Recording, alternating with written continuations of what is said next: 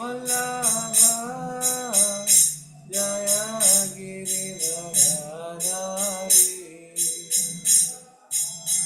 यशोदानन्दन व्रज जनरञ्जन यशोदानन्दन व्रज जनरञ्जन यमुनातीरावनचारि यमुना श्रीरावनचारि जय राधा माधव जय कुंज बिहारी हरे कृष्णा कृष्णा कृष्णा हरे हरे हरे राम राम राम हरे हरे हरे कृष्णा कृष्णा कृष्णा हरे हरे हरे राम राम राम हरे हरे श्री राधा गोविंद भगवान की जय श्री गौर निताई की जय शीला प्रभुपाद की जय ओम नमो भगवते वासुदेवाय ओम नमो भगवते वासुदेवाय। ओम नमो भगवते वासुदेवाय ओम ओम नमो नमो भगवते भगवते वासुदेवाय। ओम वासुदेवाय। नमो भगवते वासुदेवाय ओम नमो भगवते वासुदेवाय। नारायणं नमस्कृत्य नारायण नारायणं नमस्कृत्य नमस्कृत्य नरं चैव नरोत्तमं नरं नरं चैव चैव नरोत्तमं देवीं सरस्वतीं व्यासं देवीं देवीं सरस्वती सरस्वतीं व्यास व्यासं जयमुदीरयेत् ततो ततो जयमुदीरये। जयमुदीरये।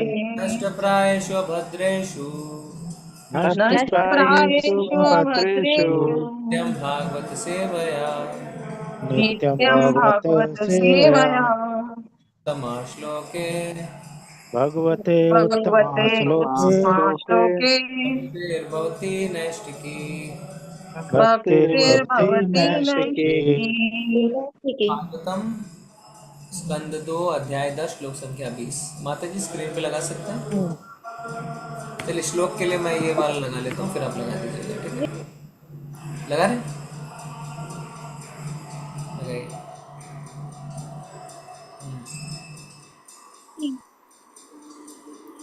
नासिके निर्विद्येताम् नासिके नासिके निर्भीदेताम् नासिके निर्विद्येताम् नासिके निर्भीदेताम् दूयति न बस्वती दोयते दोदुयति नमस्वती नमस्वती भगवती दूयति न भस्वती दोयते नमस्वती नमस्वती दोदुयति तत्र वायुर्गन्धवहो तत्र वायुर्गन्धवो वायुर्गन्धवो तत्र वायुर्गन्धवहो तत्र तत्र वायुर्गन्धवो वायुर्गन्धर्वो घ्राणो नसिजिक्षितः प्राणो न जिगीषतः क्षतः घ्राणो नसिजिगृषतः घ्राणो न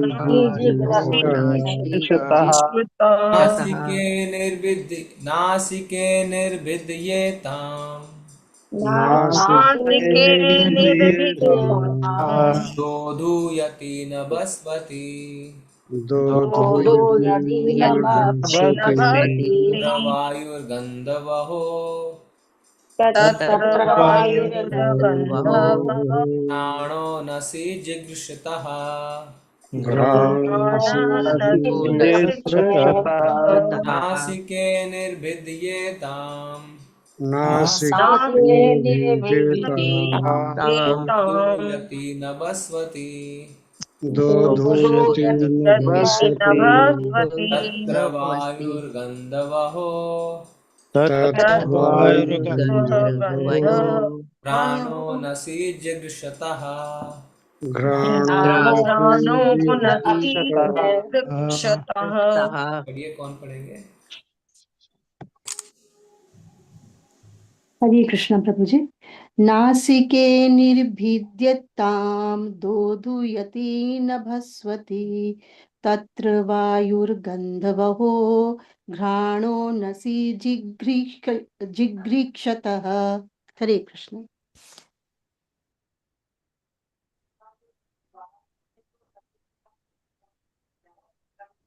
हरे कृष्णा प्रभु जी। नासिके निर्विद्यतां दोधूयति न भस्वति तत्र वायुगन्धवहो घ्राणो नसि जिघ्रसतः। हरे कृष्ण प्रभु जी। नासिके निर्विद्यतां दोधूयति न भस्वति तत्र वायुर्गन्धवः घ्राणो नसि जिघ्रक्षतः। हरे कृष्ण प्रभु जी। हरे कृष्ण प्रभु जी। नासिके निर्भिद्यतां दोधूयति न भस्वति तत्र वायुर्गन्धवो घ्राणो नसि जिघ्रीक्षतः। हरे कृष्ण। हरे कृष्ण प्रभु जी। नासिके निर्विद्येतां दोधूयति नभस्वति तत्र वायुर्गन्धवः घ्राणो नसि जिघ्रीक्षतः। हरे कृष्ण। हरे कृष्ण प्रभु जी। नासिके निर्विद्येतां दोधूयति नभस्वति तत्र वायुर्गन्धवः घ्राणो नसि जिघ्रीक्षतः। हरे कृष्ण। हरे कृष्ण। नासिके निर्विद्येतां दोधूयति नभस्वति तत्र वायुर्गन्धवो घ्राणो नसि जिगृषतः। हरे कृष्ण प्रभु जी। नासिके निर्विधेतां दोधूयति नवसवति तत्र वायुर्गन्धवहो हरे कृष्ण, घ्राणो सॉरी नसि मेरी आवाज। जिघ्रीक्षतः। हरे कृष्ण। हाँ, हरे कृष्णा। हाँ, शब्दार्थ देखते हैं। नासिके नथुनों में निर्विद्यताम विकसित होकर दोधुयति तेजी से निकलती हुई नभस्वती श्वास तत्पश्चात वायु वायु गंध वह सुगंधी घ्राण घ्राण शक्ति नसी नाक में जिघ्षतः सुगंध सूंघने की इच्छा करते हुए। तात्पर्य और अनुवाद और तात्पर्य श्रील प्रभुपाद जी के द्वारा। श्रील प्रभुपाद जी की जय।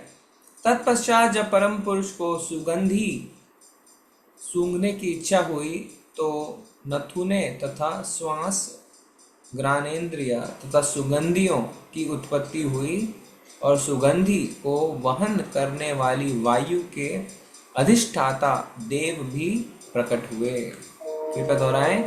तत्पश्चात जब परम पुरुष को तत्पश्चात जब परम पुरुष को सुगंधि सूंघने की इच्छा हुई सुगंधि की इच्छा हुई तो नथुने तथा श्वास तो नथुने तथा श्वास घ्राणेन्द्रिय तथा सुगंधियों घ्राणेन्द्रियां तथा सुगंधियों की उत्पत्ति हुई की उत्पत्ति हुई और सुगंधि को वहन करने वाली वायु और सुगंधि वहन करने वाली के अधिष्ठाता देव भी के अधिष्ठाता देव भी प्रकट हुए।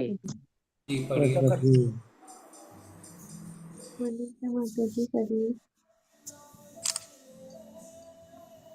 पटेल माता जी। हरे कृष्ण। जब भगवान को सूंघने की इच्छा हुई तो नासिका सुगंध अधिष्ठाता वायुदेव घ्राण शक्ति इत्यादि एक साथ प्रकट हो गए।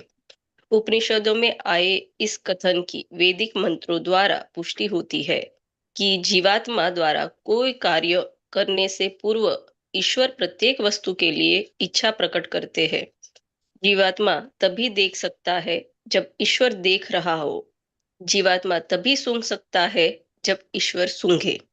इत्यादि कहने का तात्पर्य यह है कि जीवात्मा कोई भी कार्य स्वतंत्र रूप से नहीं कर सकता, भले ही वह किसी कार्य को स्वतंत्र रूप से करने के विषय में सोचे, किंतु वह स्वतंत्र रूप से कोई कार्य नहीं सकता।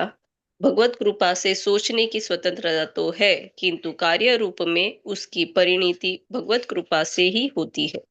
इसलिए यह आम कहावत है, आपन सोची होत नहीं, प्रभु सोची तत्काल।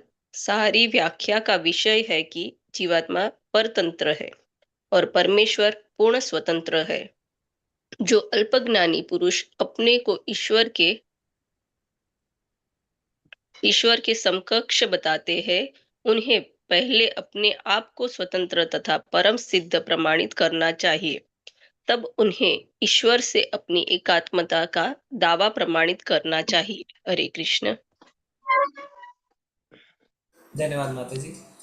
ओम अज्ञानतिमिरन्धस्य ज्ञानञ्जनशलाकया चक्षुरुन्मिलितं येन तस्मै श्रीगुरुवे नमः। श्रीचैतन्यमनोभीष्टं स्थापितं येन भूतले स्वयं रूपा तदा मह्यं ददाति स्वपदान्तिकं। वन्देऽहं श्रीगुरुं श्रीयुत्पदकमलं श्रीगुरून् वैष्णवांश्च। श्रीरूपं साग्रजातं सगन्धगुणाथान्वितान्तं सजीवं साद्वैतं सावधूतं परिजनसहितं कृष्णचैतन्यदेवं श्री राधा कृष्ण पादान् सगन ललिता श्री विशाखान्वितांश्च। नमो विष्णुपादाय कृष्ण प्रेष्ठाय भूतले श्रीमते भक्ति वेदांत स्वामिनिति नामिने। नमस्ते सारस्वते देवे गौरवाणी प्रचारिणे निर्विशेषाय शून्यवादी पाश्चात्य देशतारिणे। वाञ्छाकल्पतरुभ्यश्च कृपा सिन्धुव एव च पतितानां पावनेभ्यो वैष्णवेभ्यो नमो नमः। हे कृष्ण करुणा सिन्धु दीनबन्धु जगत्पते गोपेश गोपिका कांत राधा कांत नमोस्तुते। तप्त कांचन गौरांगी श्री राधे वृंदावनेश्वरी वृषभानुसुते देवी प्रणमामि हरिप्रिये। जय हो श्री कृष्ण चैतन्य प्रभु नित्यानंद श्री अद्वैत गदाधर शिवसादि गौर भक्त वृंदा। नमो महावदन्याय कृष्ण प्रेम प्रदायते कृष्णाय कृष्ण चैतन्य नामने गौरकिशेनम। हरे कृष्णा कृष्णा कृष्णा हरे हरे, हरे राम राम राम हरे हरे। नासिके निर्विद्येतां दोदूयति नभस्वति तत्र वायुर्गन्धवहो घ्राणो नसी जिघ्षितः। तत्पश्चात जब परम पुरुष को सुगंधी सूंघने की इच्छा हुई तो नथुने तथा श्वास घ्राणेन्द्रिय तथा सुगंधियों की उत्पत्ति हुई और सुगंधी को वहन करने वाली वायु के अधिष्ठाता देव भी प्रकट हुए। धन्यवाद माता जी, स्क्रीन रहने दीजिए। तो बहुत ही सुंदर अध्याय है ये 10वां अध्याय, जिसका शीर्षक ही है कि भागवतम सारे प्रश्नों का उत्तर देता है। और पिछले कुछ श्लोकों में आप देख रहे हैं कि किस तरीके से एक एक चीज़ों की उत्पत्ति हुई। कई बार अगर आप शांत बैठे हों और वास्तव में सोच रहे हो कि ये मेरे हाथ, मेरे पैर, मेरी आँखें, मेरी नाक, मेरे कान, मेरा मुंह, ये उत्पत्ति कैसे हुई, किसने डिज़ाइन किया, क्यों ऐसा है, क्यों मेरा चेहरा ऐसा है, क्यों नाक को सुगंध चाहिए, क्यों आँखों को रूप चाहिए, क्यों कानों को ध्वनि चाहिए, क्यों मुख को स्वाद चाहिए, क्यों मेरी त्वचा को स्पर्श चाहिए, ये प्रश्न उठते हैं, है ना। फिर धीरे धीरे प्रश्न आते हैं, मैं कौन हूँ, मेरी उत्पत्ति कैसे हुई है, मैं इस परिस्थिति में कैसे फंसा हुआ हूँ, मेरे जीवन का लक्ष्य क्या है। कई बार जब ऑफिस में या आपके बिजनेस में या आपके प्रोफेशन में कोई दिन बहुत ज़्यादा स्ट्रेसफुल निकलता है, हेक्टिक निकलता है, चीज़ें आपके हिसाब से नहीं होती हैं, तो घर में लौटने के बाद जब आप आराम से अपने सोफ़े पे, अपने चेयर पे, अपने बेड पे बैठते हैं तो यही सोचते हैं कि मैं कर क्या रहा हूँ, क्यों कर रहा हूँ मैं ऐसा। या कई बार परिवारजन आपसे लड़ते हैं, आपके माँ बाप आपको समझने की कोशिश नहीं करते हैं, या आप पति पत्नी आपस में मनमुटाव रखते हैं, बच्चे आपके नहीं सुनते हैं, तो आप सोचते हैं कि मैं सुबह से शाम जो कर रहा हूँ वो क्यों कर रहा हूँ, मैं हूँ कौन, और क्या मेरा सारा जीवन इस तरीके से ही निकल जाएगा। मेरे जीवन का लक्ष्य क्या है, क्या सिर्फ मैं पैसे कमा के घर पे ला के देता रहूँ, खाता रहूँ, सोता रहूँ, मैथुन करता रहूँ।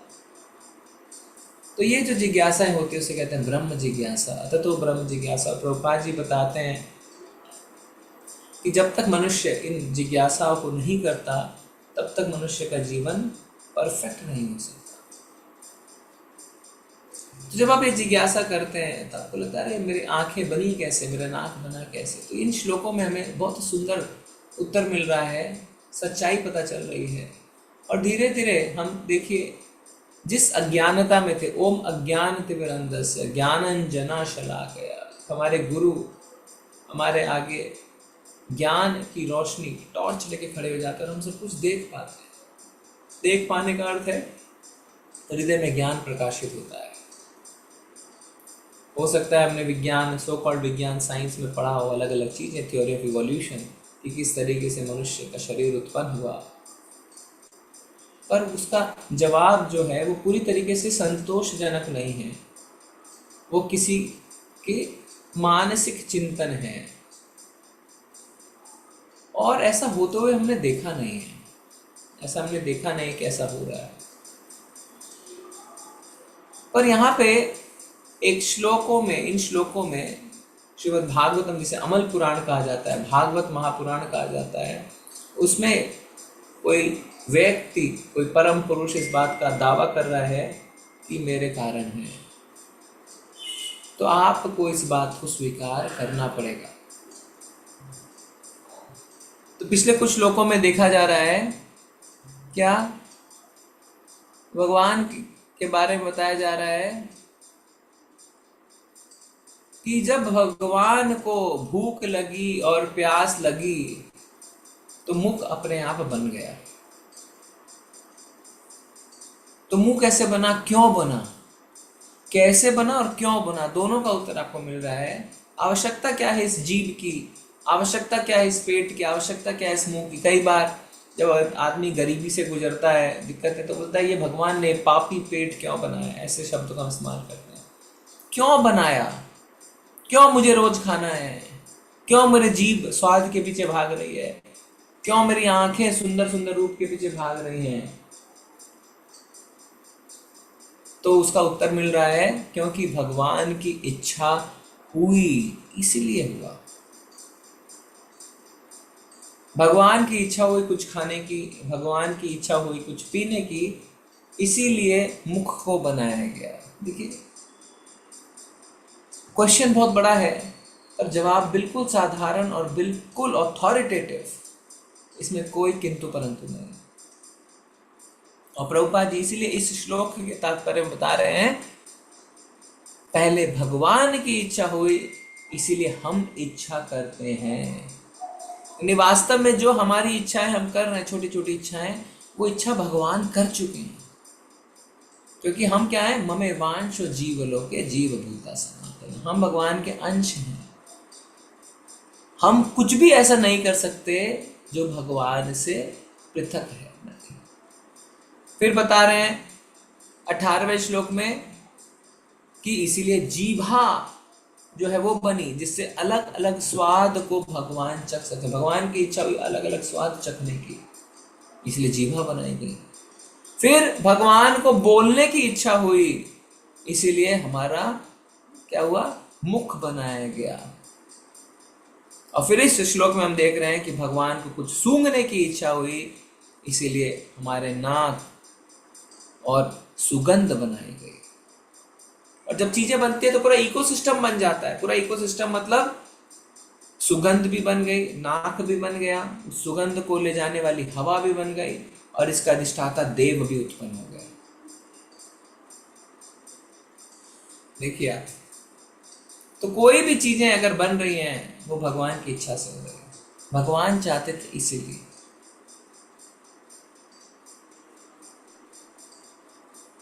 पहली इच्छा भगवान करते हैं, फिर वो इच्छा हमारे अंदर आती है, क्योंकि हम गुणात्मक दृष्टि से भगवान से एक हैं।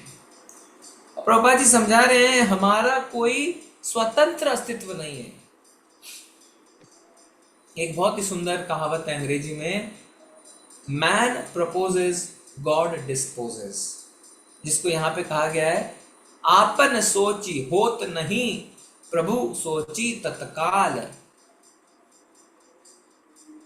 आपन सोची होत नहीं प्रभु सोची तत्काल। हम जैसा चाहते हैं वैसा नहीं होता, प्रभु जैसा चाहते हैं वो तुरंत हो जाता है। Man proposes God disposes.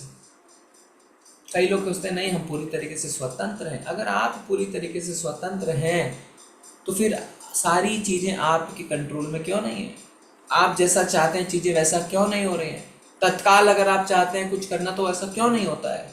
क्योंकि हमारा अस्तित्व स्वतंत्र नहीं है, हम पूर्णतः भगवान पर निर्भर हैं। कोई भी कार्य होता है उसका 5 कारण भगवान ने भगवद गीता में बताया है। क्या है वो 5 कारण? किसी को याद है? कौन से 5 कारण है कोई भी कार्य के पीछे? याद है किसी को? हरे कृष्णा प्रभु जी। अध्याय है? 18 में बताए हैं भगवान ने 5 कारण। हाँ बताइए। अधिष्ठान, करण, कर्ता,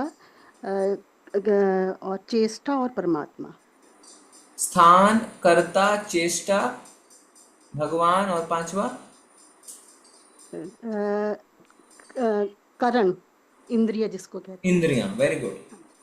5 कारण बताए गए हैं कोई भी कार्य के पीछे। यानी अगर आप मान लीजिए अपने किचन में जाके भगवान का भोग भी बना रहे हैं, 5 कारण हैं। स्थान, जिस स्थान पे आप बना रहे हैं। इंद्रियां, आपको हाथ चलाना पड़ रहा है, दिमाग चलाना पड़ रहा है, आंखें, नाक, सब कुछ का इस्तेमाल करना पड़ रहा है, पैर, हाथ।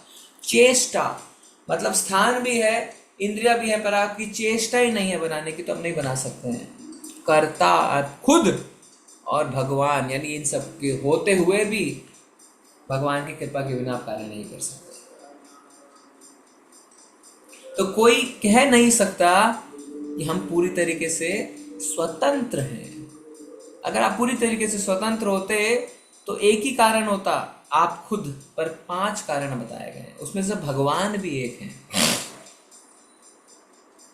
है ना। कई बार आप देखेंगे बच्चे एग्जाम देके जाते हैं, स्थान, उनको एग्जामिनेशन सेंटर मिल जाता है, इंद्रियां अच्छे से लिख के आते हैं, चेष्टा रहती है, अच्छे से पढ़ते हैं, तैयारियां करते हैं, करता यानी वो खुद, पर फिर भी मार्क्स अच्छे नहीं आते हैं। भगवान की इच्छा नहीं है ना। तो मैंने तो सब कुछ किया, सब कुछ ठीक किया, फिर भी मार्क्स कम आ गए। और कई बार उल्टा होता है, पेपर अच्छा नहीं जाता पर मार्क्स ज़्यादा आ जाता है ना। तो भगवान, तो हम स्वतंत्र नहीं हैं, भगवान पे पूर्णतः निर्भर हैं। तो कई लोग बोलेंगे कई बार तो आपने कहा है कि हमें भगवान ने सूक्ष्म स्वतंत्रता दी है। ये जो सूक्ष्म स्वतंत्रता में भगवान ने दी है ये भी भगवान पे निर्भरता ही है। मतलब भगवान की इच्छा हुई इसीलिए आपको सूक्ष्म स्वतंत्रता मिली।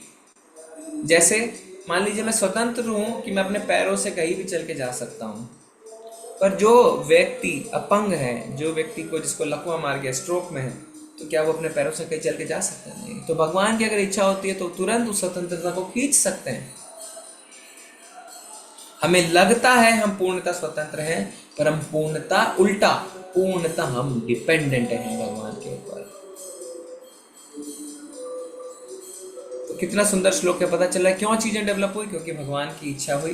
भगवान की इच्छा सर्वप्रथम, फिर हमारी इच्छा आती है, पर हमारी इच्छा के बावजूद भी हम स्वतंत्र नहीं होते, हम पूर्णतः भगवान पर निर्भर रहते हैं।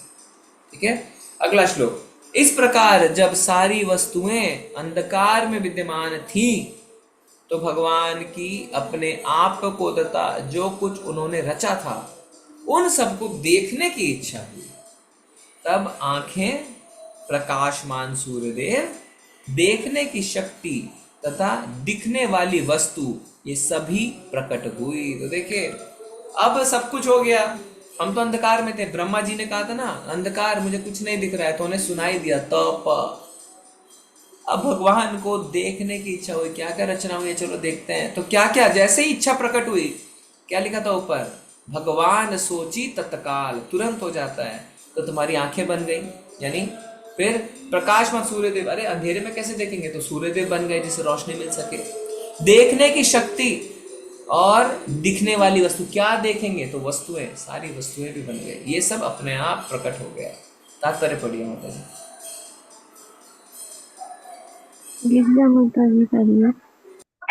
हरे कृष्णा प्रभु जी। शील प्रभुपाद की जय। तात्पर्य प्रभुपाद द्वारा। ये ब्रह्मांड यथार्थ में घना अंधकार है और इसीलिए समकृत सदृष्टि तमस्य या अंधकार कहलाती है। रात्रि ही ब्रह्मांड का वास्तविक स्वरूप है, क्योंकि तब मनुष्य को कुछ भी नहीं दिखता यहाँ तक कि वो स्वयं को भी नहीं देख सकता।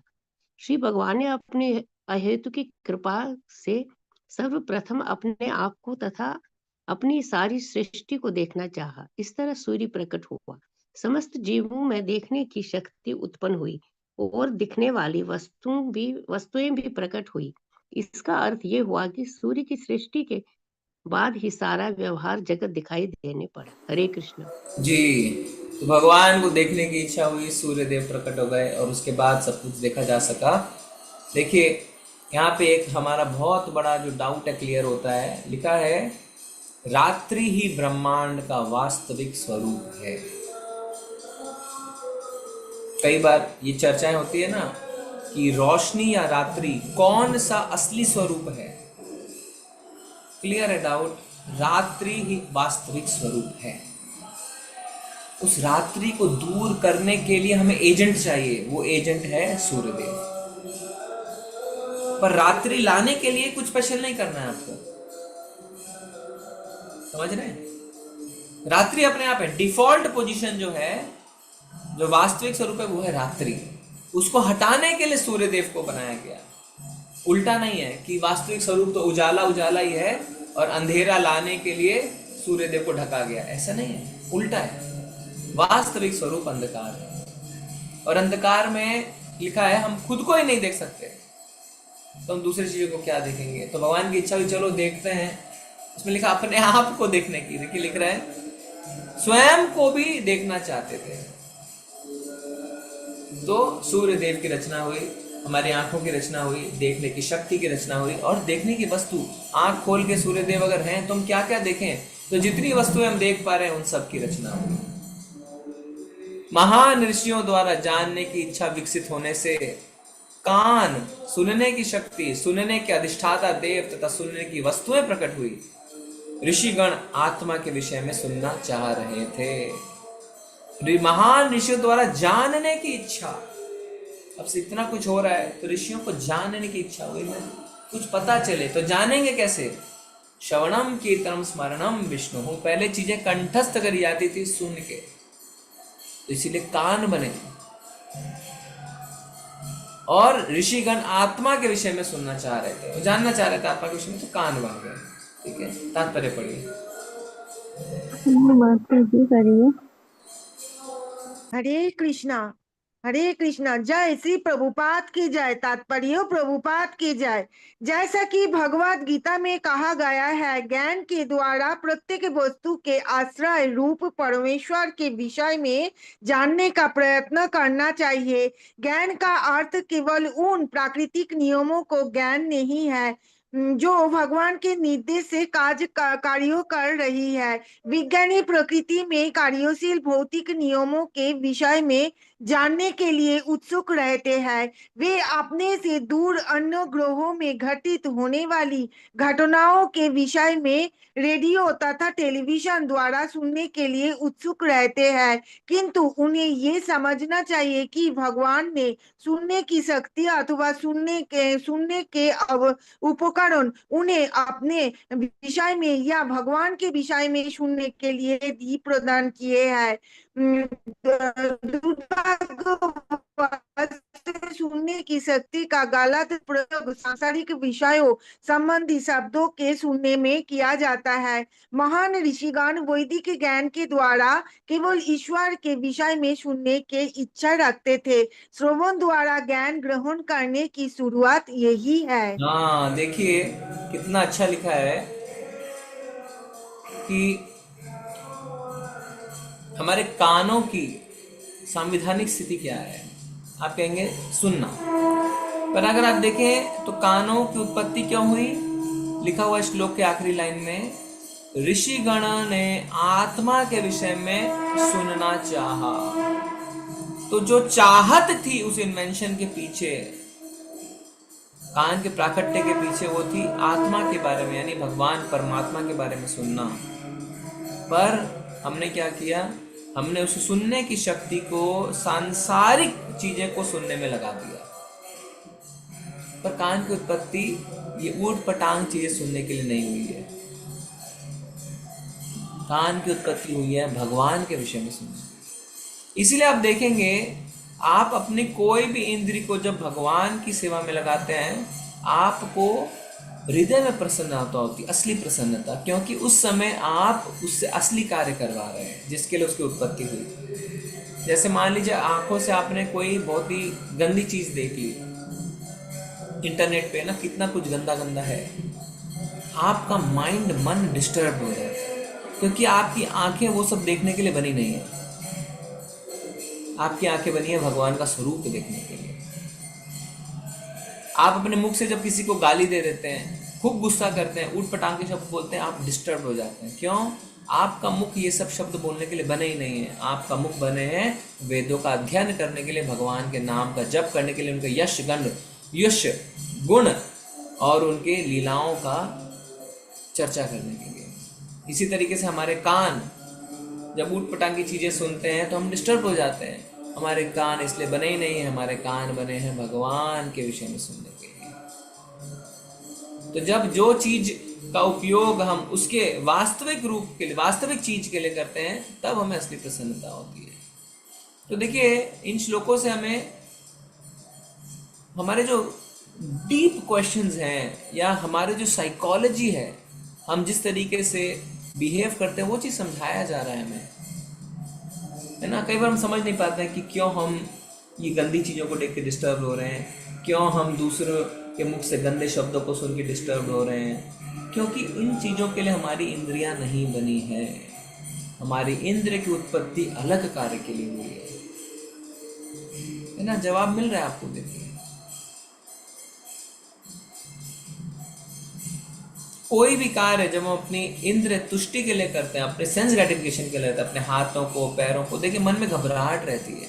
कोई गलत कार्य करने जाता है, मन में घबराहट रहती है, क्योंकि वास्तव में उसके लिए चीज़ें बनाई नहीं गई हैं। चीज़ें बनाई गई हैं भगवान की सेवा करने के लिए, जहाँ पे सबसे ज़्यादा प्रसन्नता आपको होती है। और इन श्लोकों से इस बात की पुष्टि हो जाती है, जब हम बार बार कहते हैं ऋषिकेश सेवनम भक्तिरुच्यते, कि आप क्या करिए, अपने इंद्रियों से इंद्रियों के स्वामी की सेवा करिए। इन श्लोकों से भी हम समझ जाते हैं, ओके, वास्तव में जो हमारी इंद्रियां बनाई गई, उसका पर्पस क्या था बनाने का। जैसे फॉर एग्जांपल देश के कानून बनते हैं ना, जैसे जो फेमस कुछ कानून बनते हैं, महिलाओं के प्रति कुछ अत्याचार हो रहा है घरों में, उसके लिए कानून बने। तो कानून बनाया गया महिलाओं को रक्षा प्रदान करने के लिए, उनकी सुरक्षा के लिए, पर उसका मिसयूज हो गया, महिलाओं ने उसका मिसयूज कर दिया और उन्होंने गलत गलत केस अपने पति पे ठोक दिए। तो कोर्ट जो है, supreme court, high court disturb हो जाते हैं कि इस चीज के लिए तो हमने इसको बनाया ही नहीं था।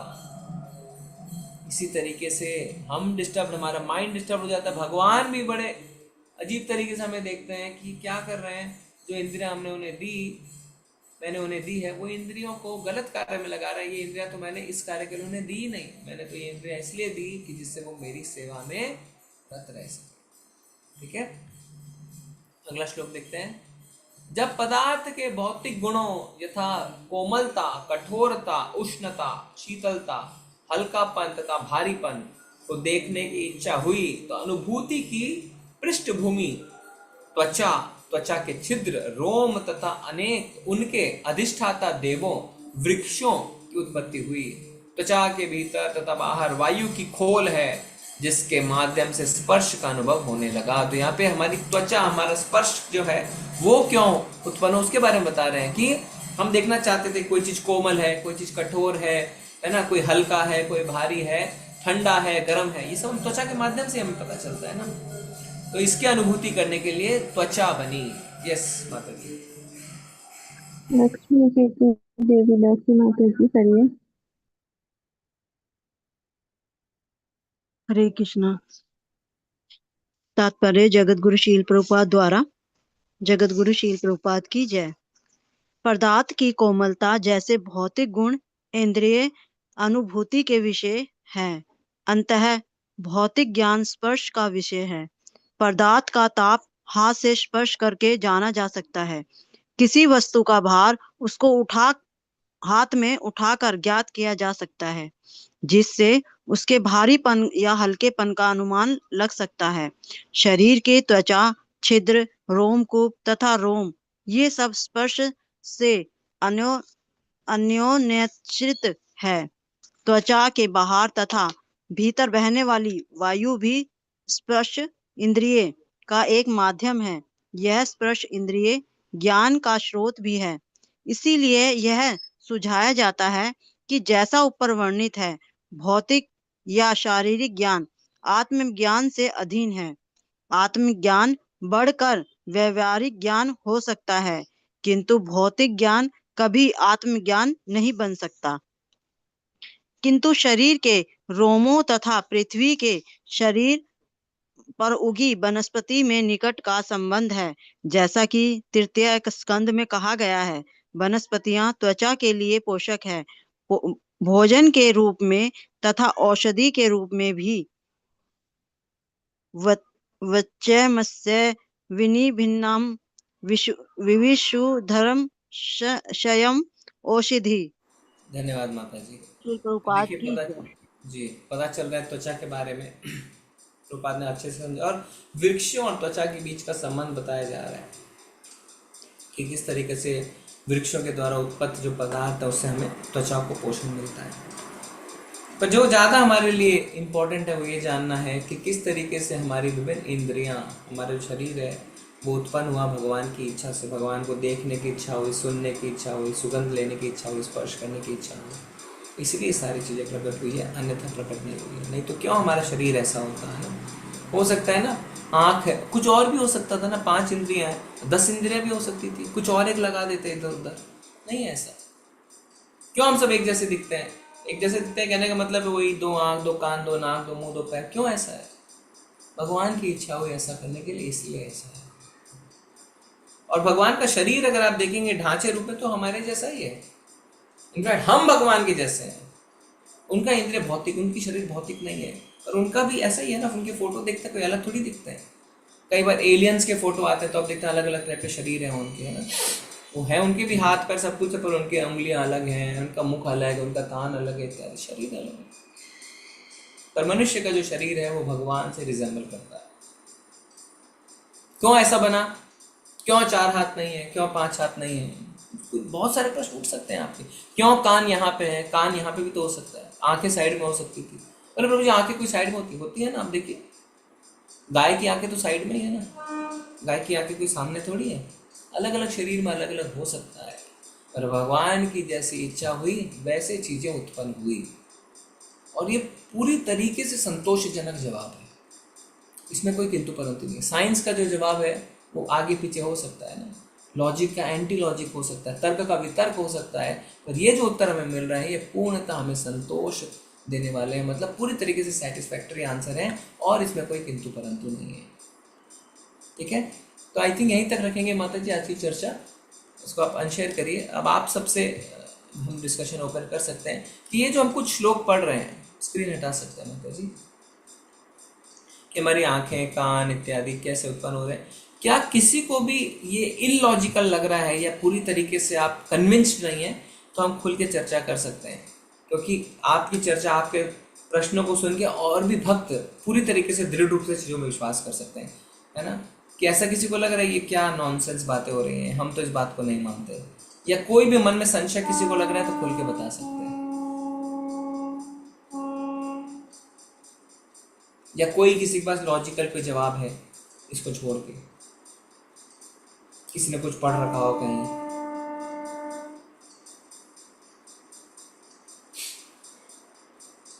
प्रभु जी मैं अपना एक एक्सपीरियंस शेयर करना चाहती हूँ। मैंने भागवतम बहुत पहले गीता प्रेस की, मतलब 2-3 साल पहले खुद से पढ़ी हुई है, खुद ही मतलब घर में रीड करी थी उसे। बट अब जब मैं श्रीला प्रभुपाद जी की भागवत सुन रही हूँ और पढ़ रही हूँ, तो जो मीनिंग दे रखा है ना एक एक श्लोक का, वो काफी इलेबोरेट और काफी चीजों को ना जोड़ते हुए स्टार्टिंग से लेके चल रहे हैं। मैंने वो पूरी भागवतम पढ़ ली थी, बट मुझे वो समझ ही नहीं आया था कि कभी शौनक आदि ऋषि आ जाते हैं, कभी ब्रह्मा जी आ जाते हैं, मतलब कौन क्या बोल रहा है, कैसे बोल रहा है, वो कनेक्शन नहीं था।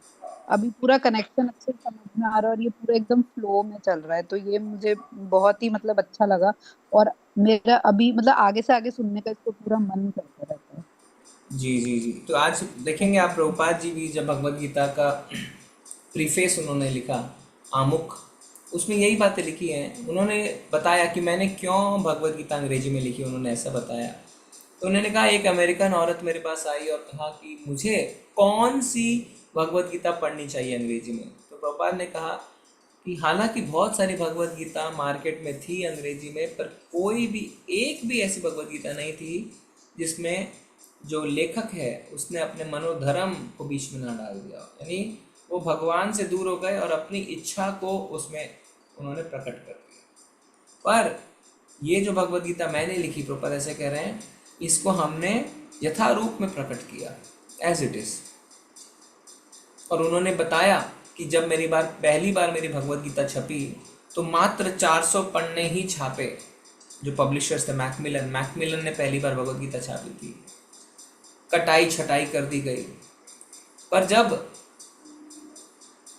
इस भगवत गीता की डिमांड बढ़ी, लोगों ने बोला नहीं मुझे और पढ़ना है ये भगवत गीता, तो फिर मैकमिलन ने इस बात को एक्सेप्ट किया कि ठीक है हम आपकी पूरी मैन्युस्क्रिप्ट छापेंगे। और पूरी मैन्युस्क्रिप्ट मतलब संस्कृत का श्लोक प्रभुपाद ने इंग्लिश में लिखी थी, तो हर एक उस श्लोक को इंग्लिश में ट्रांसलिटरेशन, फिर एक एक शब्द संस्कृत का इंग्लिश में उसका अर्थ, फिर इंग्लिश में उसका ट्रांसलेशन यानी मीनिंग, फिर इंग्लिश में एक्सप्लेनेशन। प्रभुपाद कहते हैं ये जब 5 चीज़ें होती हैं, यानी संस्कृत का श्लोक, उसका इंग्लिश में ट्रांसलिटरेशन, फिर उसका वर्ड बाय वर्ड मीनिंग, फिर उसका अनुवाद और उसका तात्पर्य, ये कोई भी किताब को पूरी तरीके से अथॉरिटेटिव बना देती है।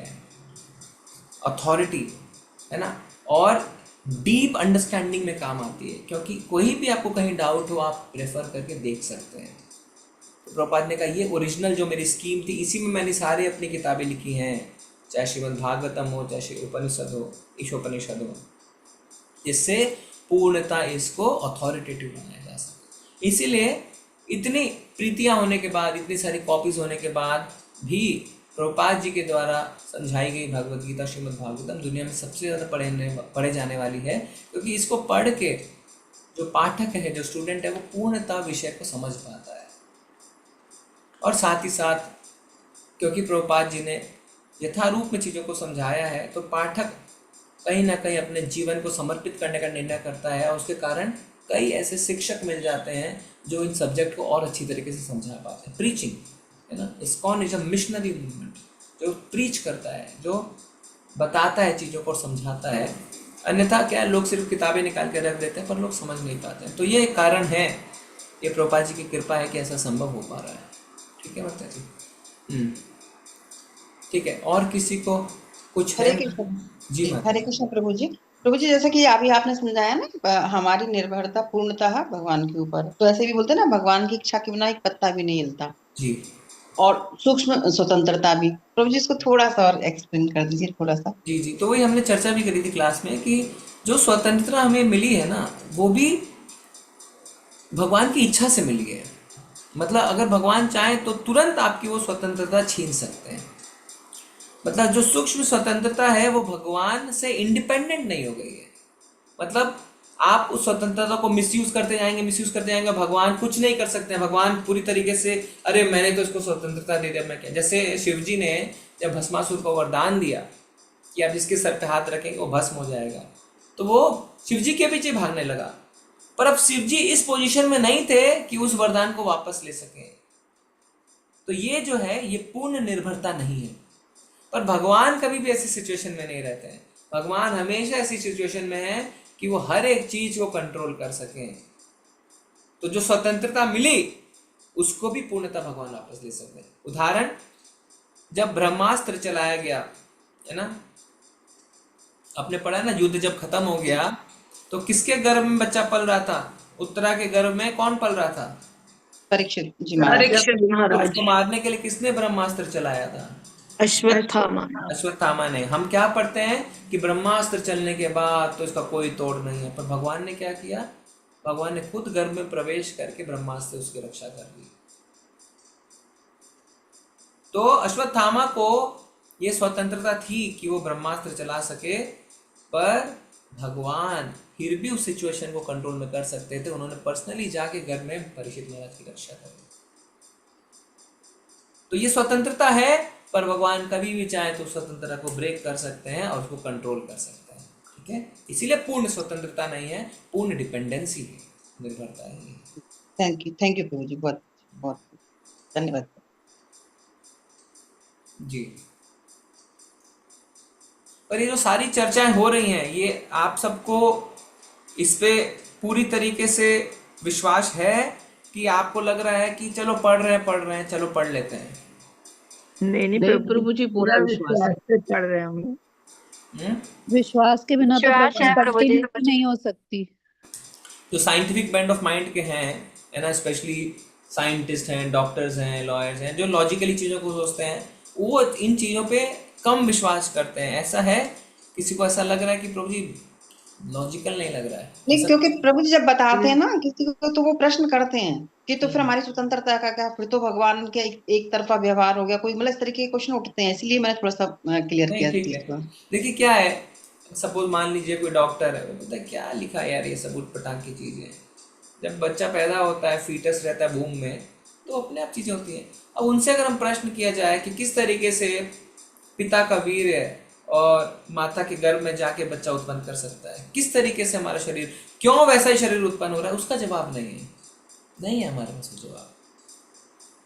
क्यों कोई बच्चा 4 हाथ के साथ पैदा नहीं होता है, क्यों कोई बच्चा 4 आंखों के साथ पैदा नहीं होता है, क्यों किसी की आंखें छाती में नहीं होती है, क्यों ऐसा है, क्यों एक ही तरीके से चीजें निकल रही हैं?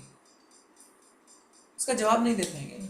अब नहीं ये सब मेडिकली तो, पर देखिए जवाब हमें मिल जाते हैं, यहाँ पे क्लियरली मिल जाते हैं कि भगवान की इच्छा थी, इसीलिए चीजें ऐसे हो रही हैं। ठीक है जी धन्यवाद।